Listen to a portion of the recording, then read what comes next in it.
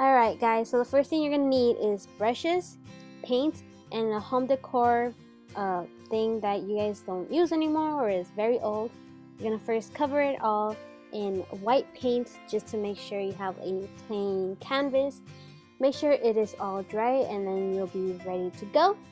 So we're going to use a lot of water-based colors. I'm using yellow, orange, and a golden brown. So first I'm going in with the orange.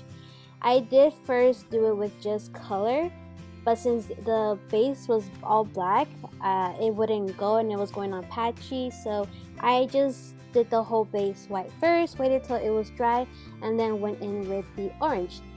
Again, I use orange and yellow because, you know, those scream out fall to me more than anything else. And so I coated each letter orange, then wiped up the brush, then went with the yellow. It had a hint of orange still, and I loved how it came out, and so on and so forth. I repeated the same step for the other two letters as well. And excuse my daughter if you heard her.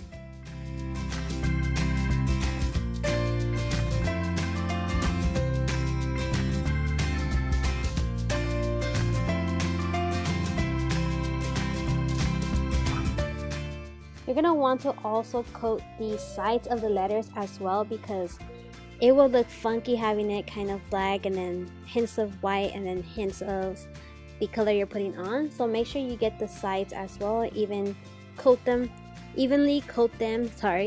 and you'll be good to go.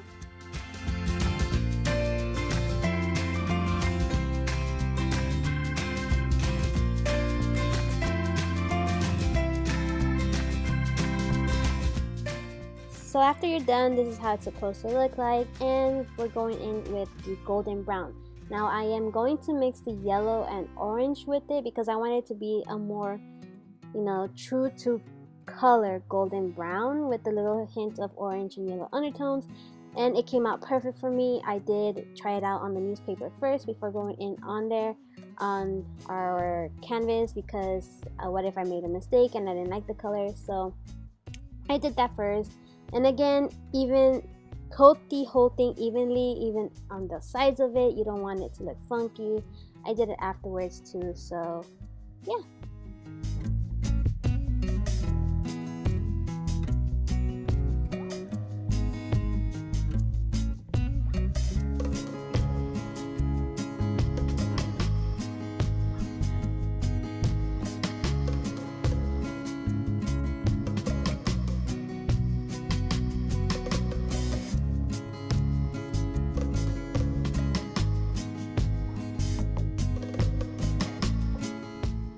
And after I finished it, I let it dry, completely dry, a few hours later. And I was like, you know, I'm gonna put leaves around it because it's gonna look cuter. So that's what I did. You just need glue gun and some leaves. These leaves cost 99 cents or 96 cents, I believe, at Joanna's fabric store. If you guys have one nearby, they have 50% off going on right now with a lot of things for fall. So you're just going to glue each leaf. You can do the whole thing, cover it with leaves, or you can just do what I did and just put 5. For our next DIY, we are actually going to make a Mickey Mouse head wreath. And I'm just going to show you guys or tell you guys the things you guys are going to need, and then I'm going to switch over to voiceover because my daughter is watching Nightmare Before Christmas and I don't want to get copyright fragmented. So everything that I'm actually showing you guys, you know, of course is under like $10. Of course you can recycle stuff too, reuse stuff that you have already. But to make this wreath, all you need is the twig wreath, a big one for the head and 2 small ones for the ears, some type of natural raffia or twine will be good too.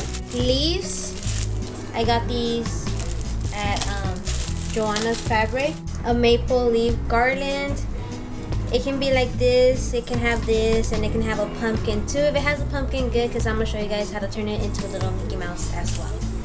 Now, I've seen this DIY on YouTube, but I wanted to do like a little twist because they mainly use this and twine.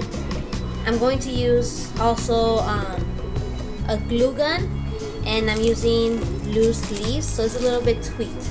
But I just want to show you guys how you can do this under basically $5. So voiceover, let's go. So the first thing you're gonna want to do is just unwrap everything, of course, and measure where you want the ears. Now remember, the ears don't go that close. So what I did is just put both of my palms together and measured how far away I wanted my ears. So it came out to be a good enough space in between the head part, the forehead part. So it was good for me. Now I just unwrapped the natural Raffia, and I just measured how much I was going to need, or thought that I was going to need, and I just went ahead and tied the ear to the head and repeated the steps for the other ear as well. Now I chose two different colors because one, you can't really see this orange kind of color on this part of the ear. It's the right if you're facing opposite of it, but if you're facing it, it is your left. It is the left ear. I chose the color because it's gonna go with the leaves as well, and on the other side I chose the brown one because you're gonna be seeing that ear more than anything. So you want the twine or the Raffia to match the ear. Thumbs up for the coffee mug. So here I am just wrapping the other ear with the Raffia, and this time it's with that brown color. It matches the wreath very good, and it's gonna blend in. You won't really tell that it's there when you have it hanged up. It's gonna look just well blended in with it. So you just do that step over again like you did with the other ear and tie it up really good.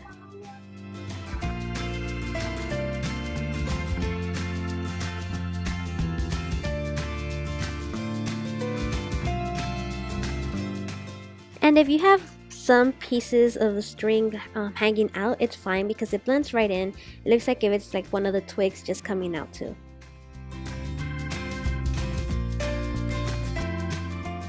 And this is how it's supposed to look like. Now what we're going to do is actually glue the tied part together. Just put a little bit of hot glue on top of there so it can really stay and it won't come out loose, because if it comes off loose then everything will just destroy and everything will just fall apart. So that's what we don't want. Now getting the fall maple wreath leaves, just tuck it into the back of the ear and then just start wrapping it around the half part of the face, and you just repeat the step. And if it is a lot longer than what you expect, just go ahead and wrap that part again and then just tuck it into the ear and just fix up your leaves. I do glue gun some of the leaves down to the head because they do come off loose and they look kind of weird. So I did do that. You can go ahead and do that as well, but if you think it looks nice without gluing them down together, then that's fine as well.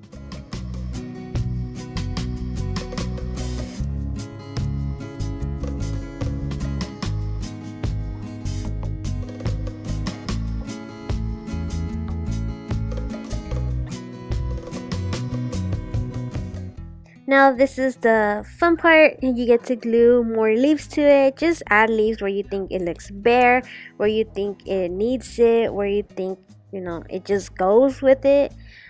Just glue them down to it and wait a little longer for it to completely dry, because it does kind of get hard to stick on the wreath. And once you are done, it's going to look beautiful.